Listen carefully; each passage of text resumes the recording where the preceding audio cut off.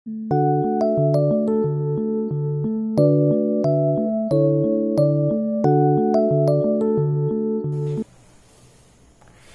everyone, welcome to our classes. So today we are going to discuss chapter number 5th.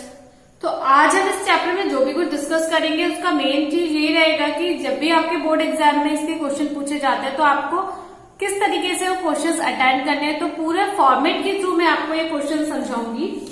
So start करते हैं first question से. सो यहाँ पर आपके पास first question है. हम already continuity and limits and differentiability already discuss कर चुके हैं, तो इसलिए हम यहाँ पर डायरेक्ट चैप्टर न्यूमेरिकल में आए हैं. सो फर्स्ट क्वेश्चन आपके पास है, prove that the function f(x) equals to 5x minus 3 is continuous at x equals to 0, at x equals to minus 3 and at x equals to 5. So आपको इस point पर function को continuous prove करना है. तो इस क्वेश्चन को आप कैसे करेंगे? कुछ बच्चे इस क्वेश्चन में डायरेक्टली वैल्यू पुट कर लेते हैं, वो x के प्लेस में डायरेक्ट 0, -3 एंड 5 पुट कर लेते हैं और ये देख लेते हैं कि फाइनाइट वैल्यू है या फिर नहीं है. सो वो कहते हैं कि फाइनाइट वैल्यू है तो फंक्शन कंटिन्यूस होगा. बट इस क्वेश्चन को करने के लिए आपको 2 स्टेप फॉलो करने पड़ेंगे. First step, firstly for x equals to 0 के लिए सॉल्व करते हैं. तो आपको निकालना पड़ेगा if limit x tends to 0 f(x). So limit x tends to 0, f(x) is 5x minus 3. So that means in place of x we need to put 0. So we get 5 into 0 minus 3. That means overall minus 3. So first step आपने x tends to 0 के लिए निकाल लिया है. अब आप at the point भी function की वैल्यू निकाल के दिखाएंगे. That means आप निकालेंगे f(0). So 5 0 minus 3 equals to minus 3. So आप देख रहे हैं if x tends to 0 you get minus 3, and if you want to find out f(0) that means the value of function at the point you also get minus 3. So from equation first and second we conclude function is continuous function. So that means limit x tends to 0 f(x) is equal to f(0), hence function is continuous. So similarly अब हम at x equals to -3 पर check करते हैं. तो same एक बार हम check करेंगे limit x tends to -3 f(x). f(x) की यहाँ पर हम वैल्यू रख देते हैं. x tends to -3, f(x) is 5x minus 3. So in place of x we need to put -3 here. So 5 minus 3 and minus 3 we get 5 3 is 15, that means minus 18. And we need to also find out the value of function at -3. So directly put -3 from the given function. We get minus 18. So here limit x tends to -3, the value of function is minus 18 and also it is equal to at the point. Hence the function is continuous at x equals to -3.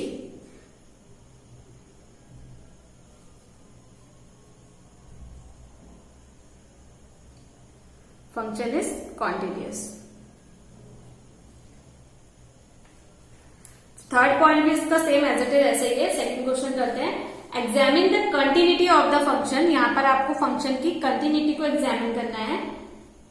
2x² minus 1 at x equals to 3. So continuity check करने के लिए अब हम same process को repeat करने वाले हैं. जैसा अभी हमने कंटिन्यूस चेक करा है, एक x tends to the point and at the point function की वैल्यू सेम आनी चाहिए. सो यहाँ पर आपको एट x इक्वल्स टू 3 पर कंटिन्यूस प्रूव करना है. So firstly we get limit x tends to 3 f(x).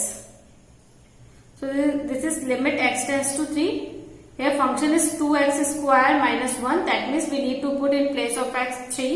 So we get 2 3 whole square minus 1. So that means 3 3 9 2 18 minus 1 17. And also we need to find out the value of function at 3.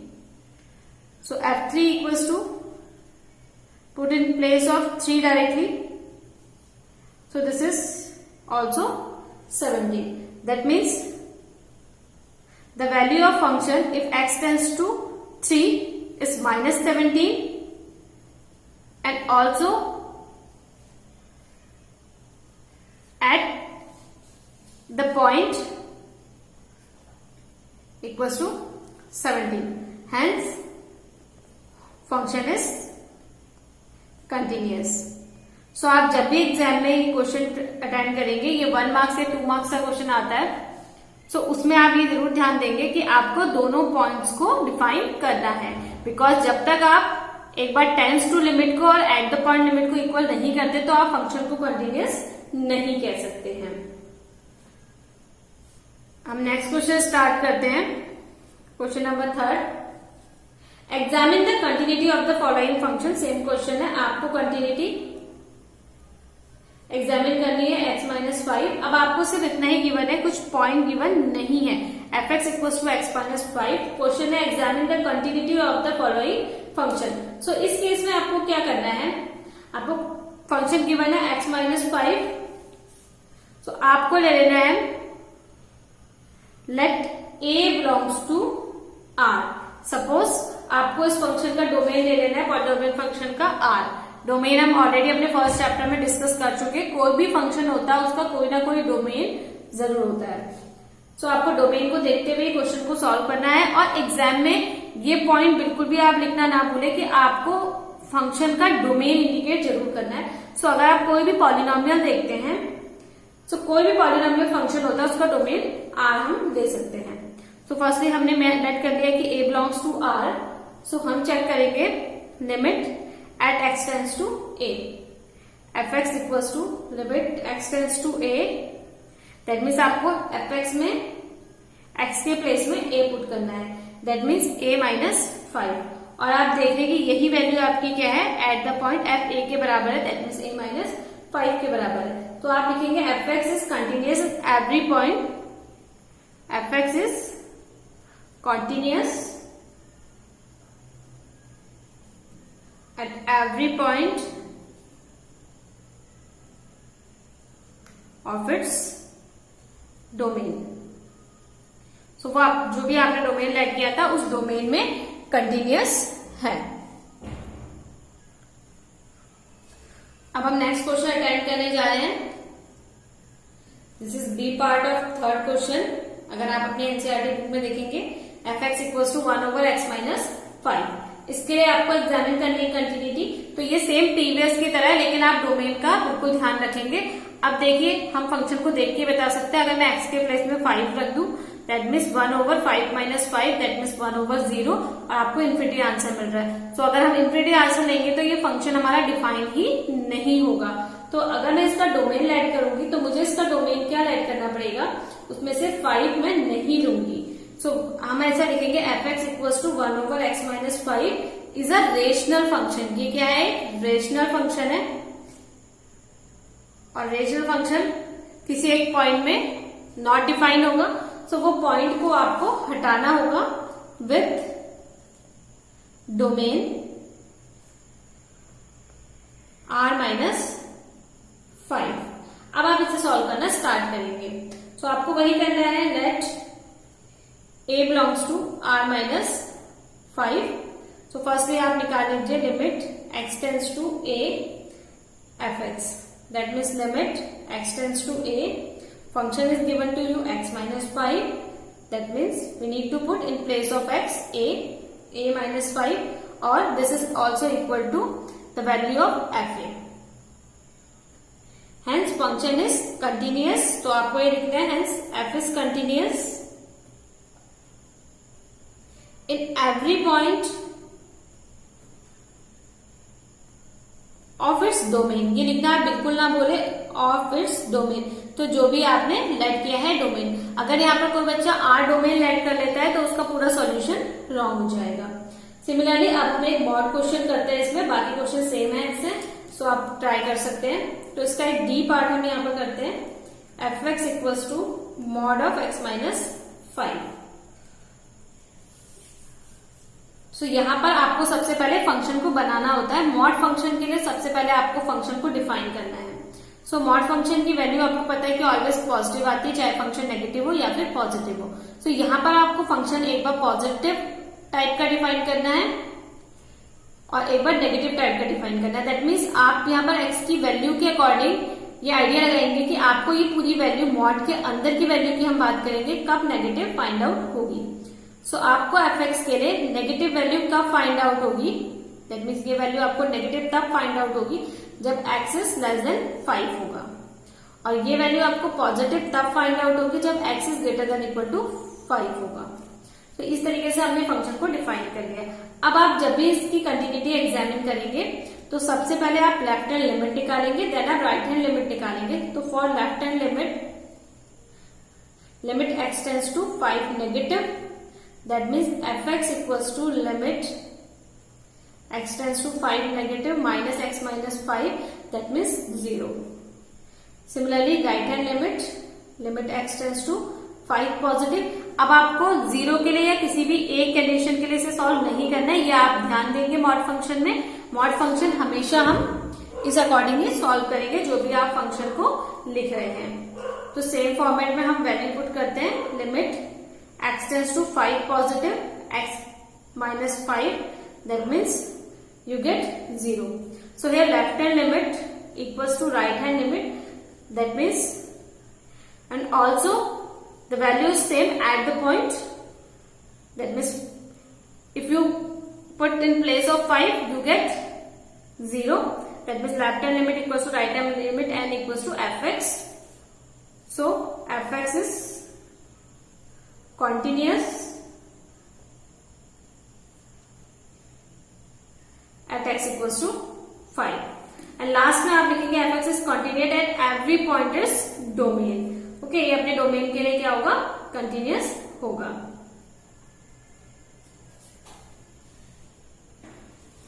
अब हम next question try कर रहे हैं, question number 4। इसमें आपको given है prove that the function fx equals to x to the power n is continuous at x equals to n, where n is a positive integer। तो देखो इसको हमें कैसे सॉल्व करना है, बच्चे अक्सर कंफ्यूज आते हैं। तो सेम थीम हमें रखनी है, हमें fx दे रखा है x to the power n, where n belongs to z positive, that means positive integer। अब सबसे पहले आप इसका डोमेन लिखेंगे। तो मैंने आपको ऑलरेडी बता दिया कोई भी पॉलिनोमियल होगा सो उसका डोमेन क्या हो जाएगा, R हो जाएगा। So fx is a polynomial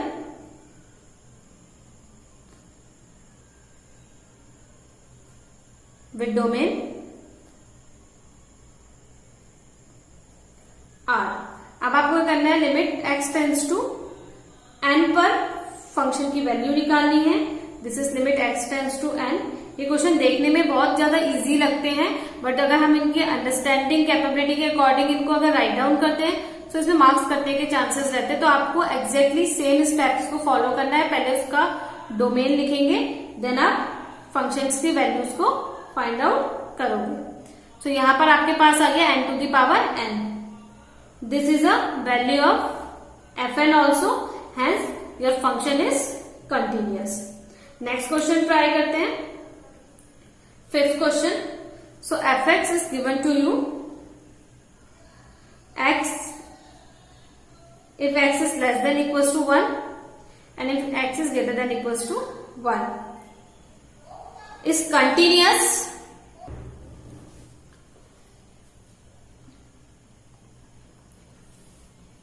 at x equals to 0। अब हम इसे चेक करते हैं। सो फर्स्टली हम क्या करने वाले हैं, limit x tends to 0 fx की वैल्यू फाइंड आउट करेंगे।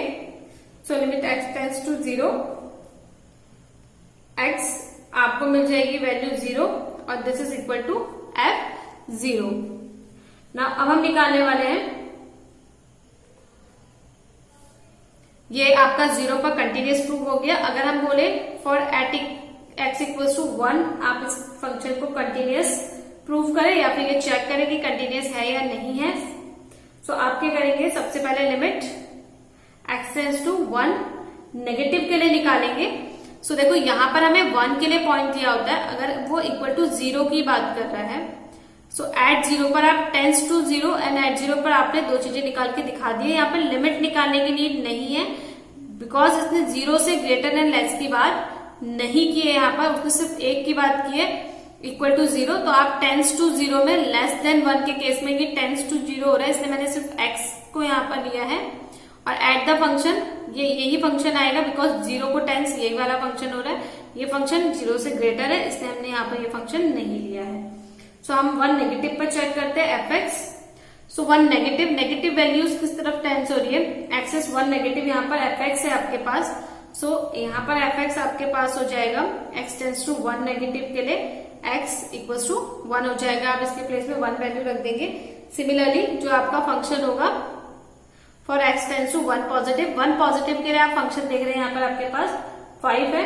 सो डायरेक्टली 1 पॉजिटिव के लिए आपके पास फंक्शन क्या आ गया है, 5।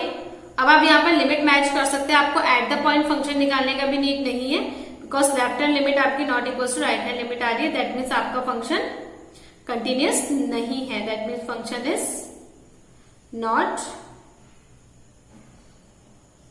कंटिन्यूअस। नेक्स्ट क्वेश्चन ट्राई करते हैं। This is question number 5th।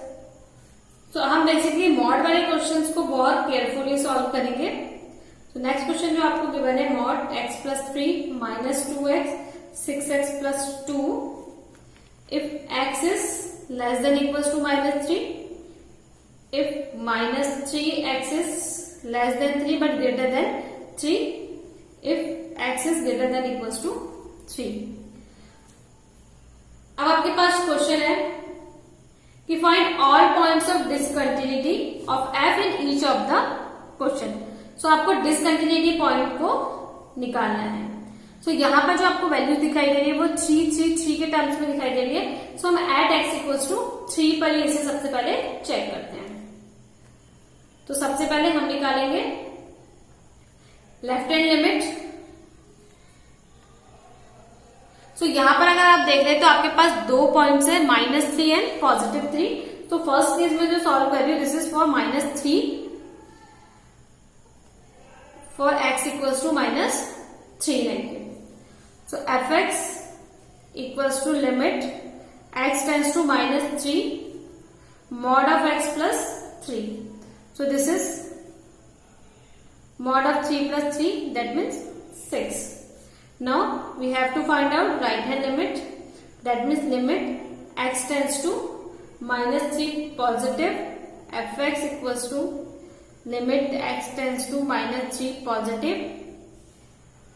अब आप देखेंगे कि -3 से ग्रेटर, सबसे पहले हमने देख लिया था -3 से लेस वाला, अब हम देखेंगे -3 से ग्रेटर वाला। सो x की वैल्यू -3 से ग्रेटर इस वाले फंक्शन के लिए, दैट मीन्स -2x के लिए, तो यहाँ पर मैं लेने वाली हूँ -2x। अब यहाँ x के प्लेस में -3 पुट कर दूंगी तो मुझे अगेन क्या मिल जाएगी, वैल्यू 6 मिल जाएगी।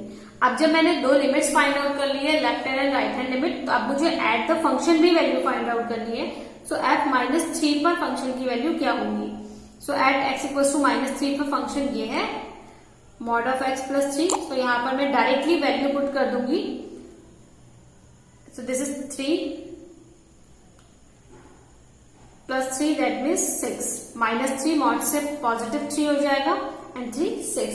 सो अब ये आप यहाँ देख रहे हैं कि आपको -3 के लिए at the function, right hand limit and left hand limit, तीनों की वैल्यू इक्वल फाइंड आउट हो रही है। That means function is continuous for x equals to, function is continuous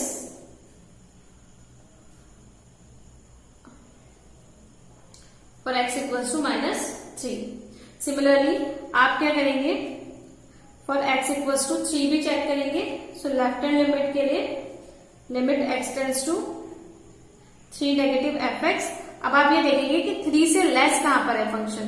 सो आपको 3 से लेस देखना है, 3 से लेस के लिए यहाँ पर -2x है। सो आप वैल्यू यहाँ पर -2x पर पुट करेंगे। सो -2x पर आप 3 वैल्यू पुट कर लेंगे, यू गिव -6.